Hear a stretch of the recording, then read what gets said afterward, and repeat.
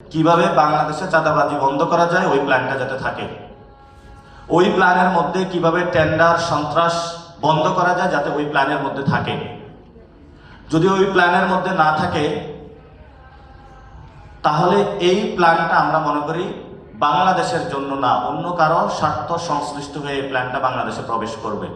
এজন্য আমরা আহ্বান জানাবো বিভিন্ন রাজনৈতিক দল যারা রাষ্ট্র গঠন প্রক্রিয়ায় অংশগ্রহণ করছেন, আপনারা মানুষের দিকে একটু তাকান, দলের স্বার্থ বাদ দিয়ে দেশের স্বার্থের দিকে তাকান। আমি ঢাকা ৮ আসনে 11 দলীয় জোট থেকে সংসদ সদস্য পদপ্রার্থী।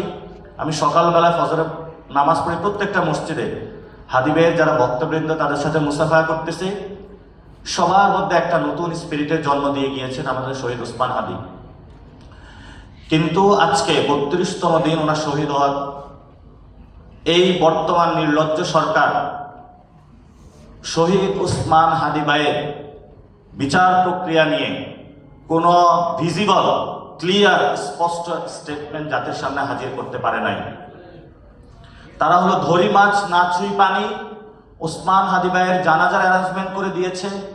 অতটুকুই কিভাবে জনগণের ক্ষোভকে শেষ করা যায় এটা হলো তাদের একটা কায়দা কানুন ছিল।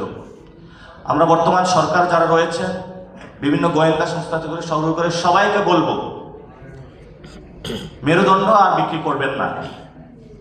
আমাদের ভাই এই বিশ্ববিদ্যালয়ের সন্তান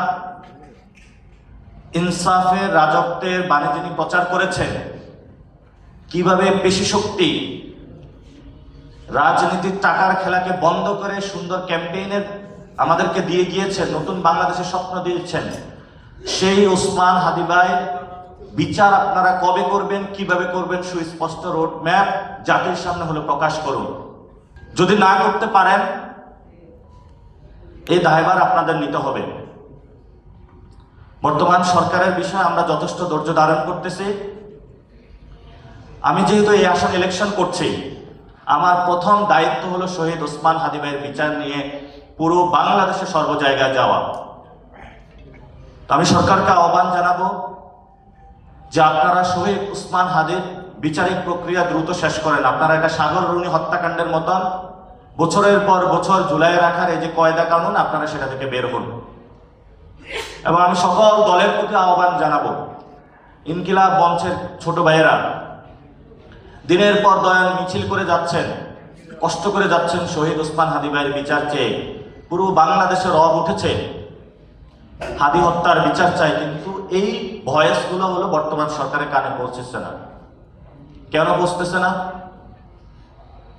আমরা দ্রুত শহীদ ওসমান হাদি ভাইয়ের বিচারিক যে হত্যাকাণ্ড হয়েছে এটার বিচার চাই।